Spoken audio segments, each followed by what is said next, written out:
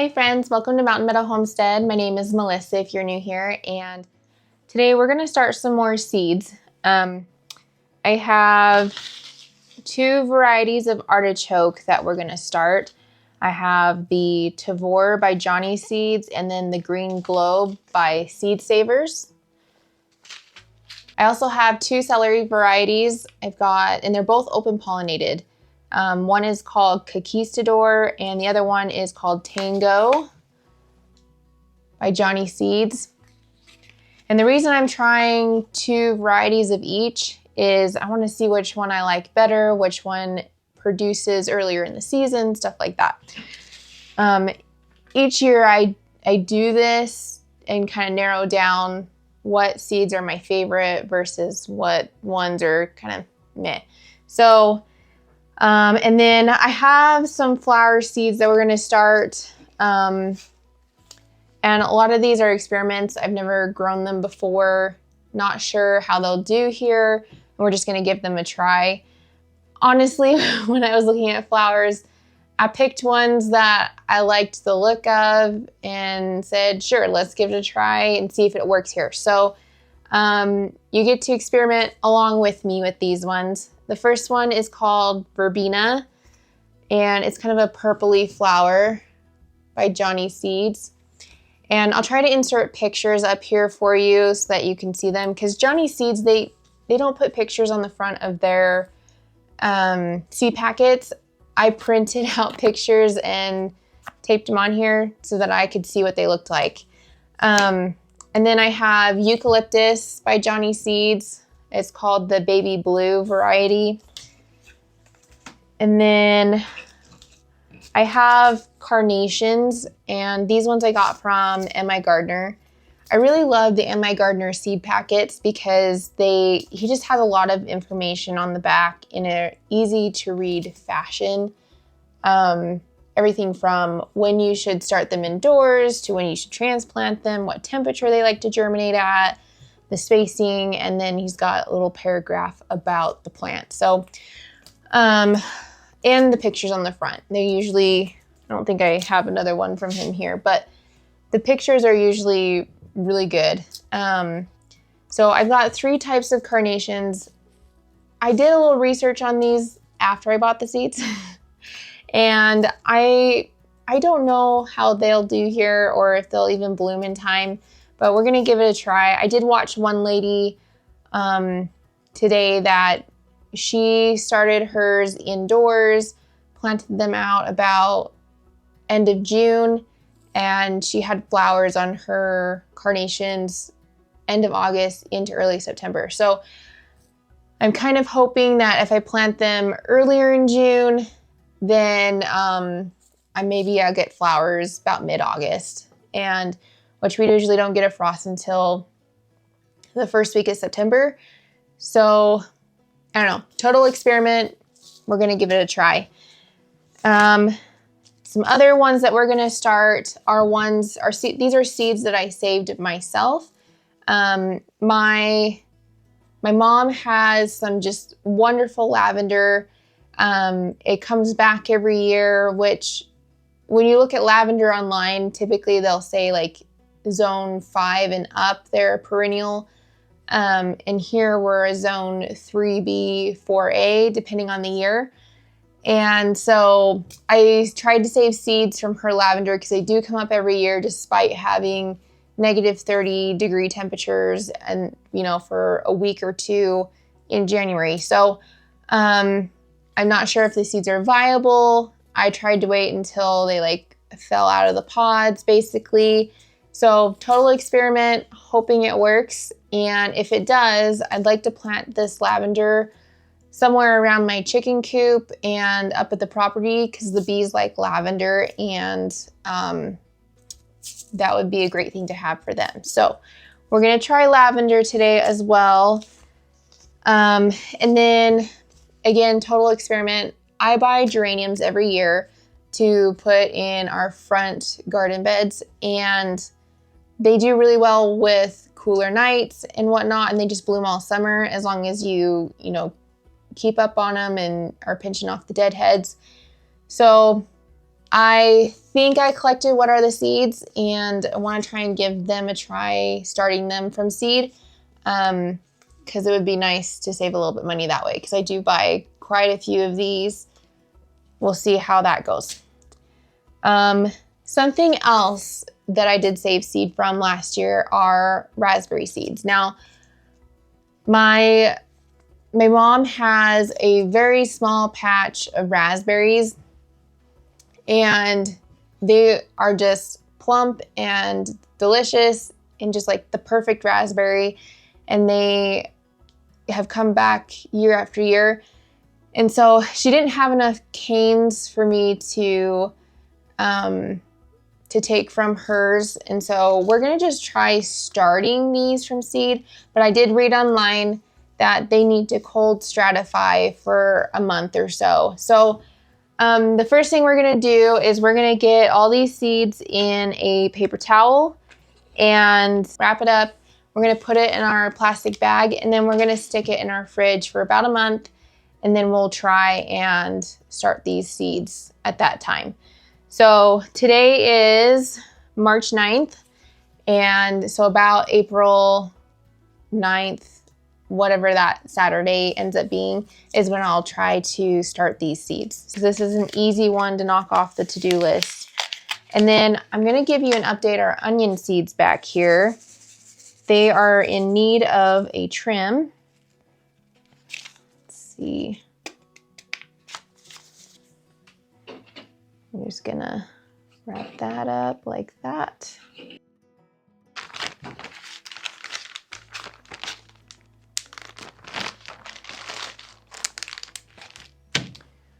Our onion seeds are looking really nice. We need to trim them and give them a good water.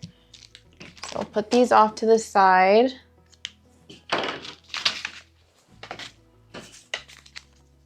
And I'll bring you in a little closer to see these onions. Aren't these just gorgeous? Look at these. So we're gonna give these a good water. We're gonna bottom water them. We're gonna give them a nice trim today, and then we'll get them back up on the shelf. They were getting a little dry here on top. So I might even spritz them on top just a little bit, where I'm gonna shock them a little bit, trimming them. So we're gonna get that done, and I'll show you what I do.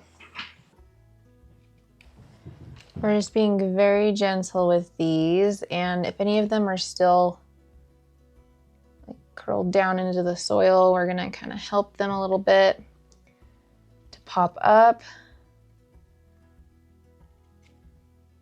And we just want to kind of get a nice even chop, like this guy. Just needs a little bit of help coming up. Tell you what, it smells good. Trimming these. There's another one. So you can see we've got these all roughly about the same size, and we're just wanting to encourage them to grow upwards instead of in all which direction here.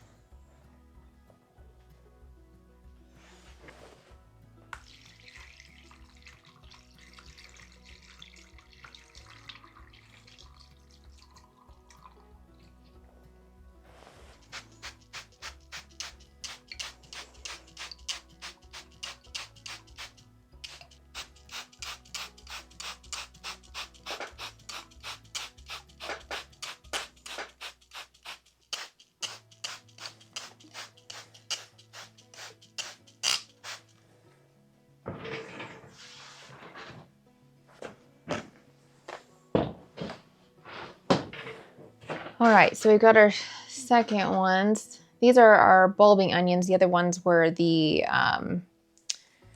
bunching onions.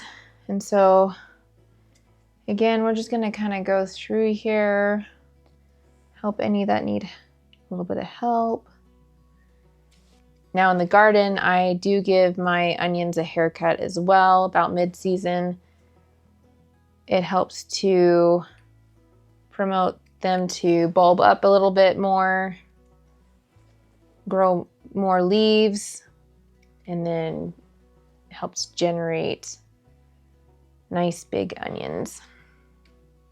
I'll just review what type of onions I started from seed in case you missed our initial seed starting video.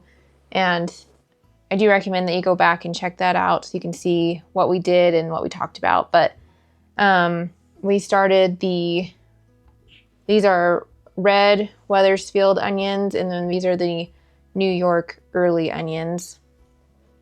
They are both an open pollinated variety for shorter season. I think they're around 90 days, I want to say, which is about the max that we could get out of our season. I'm going to just help this guy and put some soil on top here. But I wanted an open pollinated variety so that if I wanted to, it would give me the ability to save seed. And I don't know that I will necessarily save seed from these particular ones. I haven't done research to see if they cross-pollinate or anything like that. So, but I did want to test out varieties this year so that for future use, I could know if these varieties were successful here, if I liked them, so that when I am ready to start saving seeds, we know which varieties to grow. Now, if you didn't know, onions are biennials. So if I did want to save seeds, I would have to plant these this year and leave them in the garden, and then they would produce flowers and seeds the following year. I think these ones are a little bit easier to cut than those other ones, the bulbing onions versus the bunching.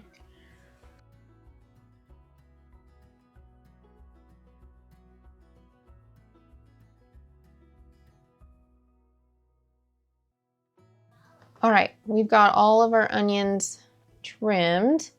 We're gonna get these back under the lights.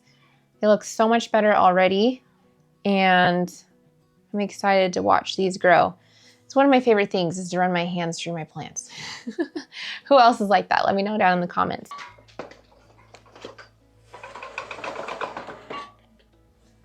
Okay, I think I'm going to do soil blocks for the celery and the artichoke varieties. And then I think I'm going to do just my pots for the flowers. Just because I really liked moving the celery with soil blocks into the garden last year. I'm trying to remember what I did. But I'm kind of thinking I might run out of pots this year if I try to do everything in pots. So I'm gonna do that. I'm gonna do soil blocks for the celery and the artichoke. Flowers I'll put in pots. I'll probably do soil blocks for like my tomatoes and things until they're ready to be up potted. That's what we're gonna do. All right, this soil is pretty dry. So I just got a bunch of water in this big bucket. And we'll see if that was enough water to get it moistened. I do like to wear gloves because I do a lot of cooking with my hands. And so I don't want any dirt and stuff to get into my food when I'm baking and whatnot. So during the summer, I tend to get a little more down and dirty. But with seed starting, I like to try and keep my hands as clean as I can. And just dump the rest of that in there. You want your soil to get to a consistency that it is kind of, it's holding its shape. I don't know if you can see that, but it's not dripping. So I can squeeze it and there's no moisture coming out, but it's holding its shape. That's kind of the consistency that you want throughout all of your soil, especially if you're going to do soil blocking. So we're going to go ahead and fill our pots. Now I mentioned this in my previous seed starting videos. These are from Bootstrap Farmer, and I do buy them through MI Gardener.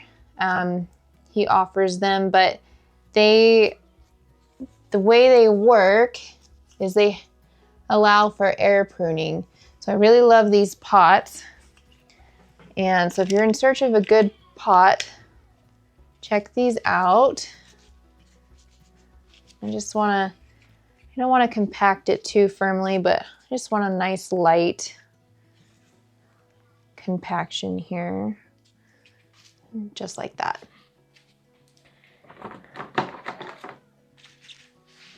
Last year during seed starting, I got a late start because I was pregnant with our 4th kid. I think I was due with her in May sometime, but she ended up being a month early because I had kidney stones with her, which was awful. I do not recommend. So if you are experiencing that, I fully sympathize with you because I know how horrible it is. But I did get a late start. I don't think I was able to start some of my seeds until after I had her, and it still worked out. So moral of the story is never think it's way too late unless obviously it's planting day, but it's always worth giving it a try to get seedlings planted. So here is my encouragement to you to just go ahead and start something, whether you think it's too late or not. It can't hurt. A seed packet is fairly inexpensive compared to buying starts at the greenhouse. So give it a try. And if you've never started seeds before, again, it can't hurt. It's not as hard as it may seem, and you may enjoy it. And who knows, it does save me a ton of money when it comes to the amount of seeds that I start. I start hundreds of seeds, and oh gosh, at a greenhouse, our local greenhouse, I bet on average each of those would be at least, about $4 on average, depending on what it is. So say I have 200 plants that I've started from seed. Well, multiply that out. I could easily spend $800 in plants. So give it a try and see. It's definitely worth it. And I think it's fun. It's very rewarding to start something yourself and see it progress into a big, beautiful plant, and then ultimately something that's producing food for you. Very, very rewarding. So give it a try for sure. Okay. We got those filled. I'm going to bring you in and show you how I do the soil blocks. All right, so I have my soil blocker here. I'll show you if you haven't seen it in the other video, but on this side, there are little nubs in here that put an indent in the soil, and that's where you plant your seeds. So we just want to work it into the bottom of this, and I just check it, fill it up a little bit. And then we're just going to press down and then release it up. And there you have your soil blocks. So super easy. and then we'll just plant our seeds in these indentations. So I'm gonna get this filled up and then we'll go from that point.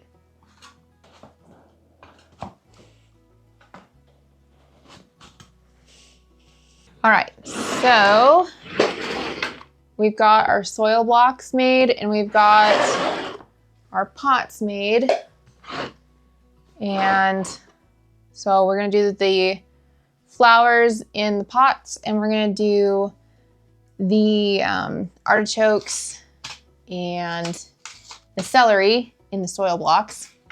I think I'll do 16 blocks of celery of one variety and 16 blocks of another, and then I'll do a row of one type of artichoke and a row of the other type of artichoke. It'll be easier for labeling too. Okay, I have my helper with me, my oldest daughter, and I'm gonna kind of explain to her what I'm gonna do. These 8 here, we're gonna do one row of the Tavor artichoke and one row of the green globe. Now, go ahead and plant 2 seeds in each hole for me. And let's do the Tavor, this first one, and then the green globe, this one, okay? And then I'm gonna work on the celery. We're gonna do the Conquistador celery, these 4 rows, and it is a pelleted variety. If you haven't seen pelleted seeds, that's what they look like. They just have a clay coating on the outside. They do this for really small seeds so that you can see them when you're planting.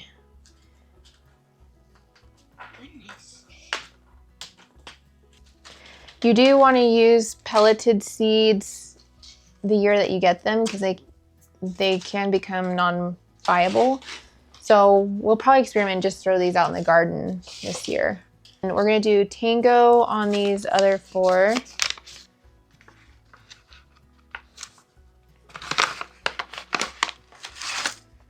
So you can see these ones are not pelleted, so you'll be able to see how small they are. Show them to you. Very, very tiny.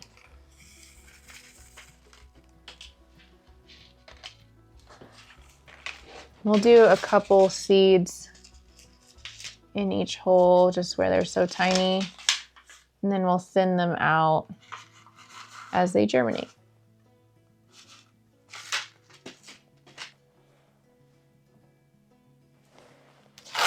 And I like to use painter's tape when I'm doing my seed starting, so it just comes off really nicely.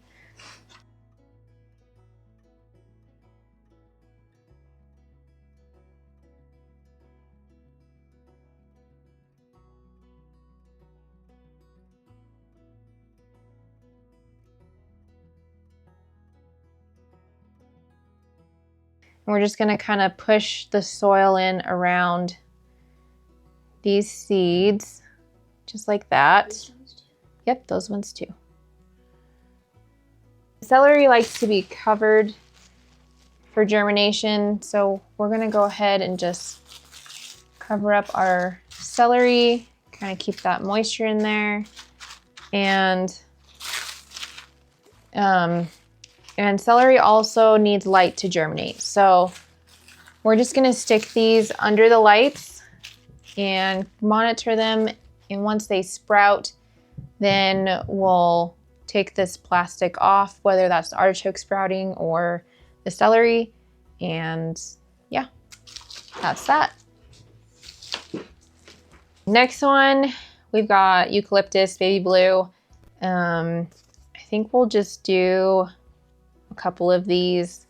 Let's see, we've got these, we've got some of these. I want to do a lot of lavender, so I might do a tray of those, what do we call these? A 6 cell of these and a 6 cell of these and a 6 cell of these. Maybe we'll go like this. And then maybe we'll do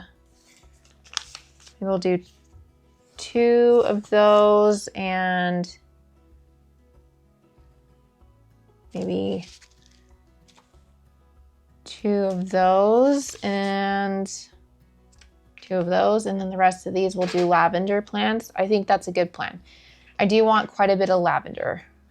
I think we'll start with our lavender.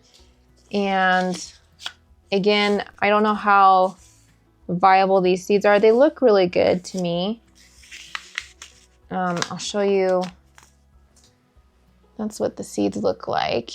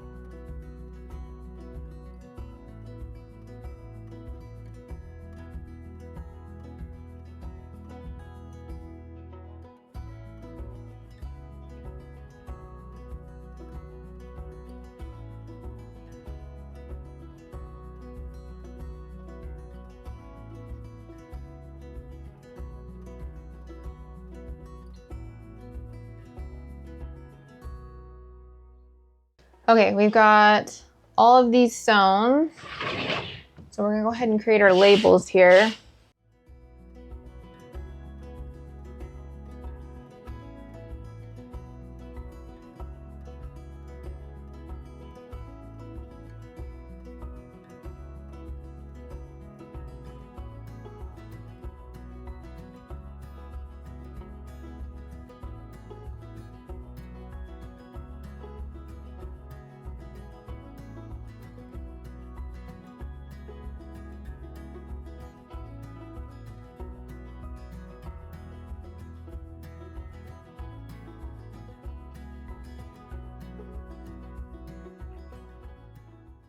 So this is what we have so far. Here are our onions that we trimmed up today, and we give them a good bottom watering. So they've been watered, trimmed. They're looking really nice and healthy. And then we have our celery and artichoke that we started in here. And then here's our flowers that we started just a second ago. So we'll just keep an eye on these, watch for the germination to happen, and then we'll remove the plastic so that the light can get to them. And super exciting. Well, friends, that's all I have for you today. I'm super excited that we were able to get all these seeds started today, and I'm excited for the seeds to come. Next week, we have peppers on the list, some herbs, some more flowers, and super excited for that. So, if you haven't tried starting your own seeds, just go for it. It's not as intimidating as it may seem, and I guarantee you'll love it. So if you enjoyed this video, please hit the like button down below, share it with others so we can get it out to as many people as we can. And if you haven't already, we'd love for you to hit that subscribe button and stick around. So we hope to see you next time, friend, and have a great day. Bye.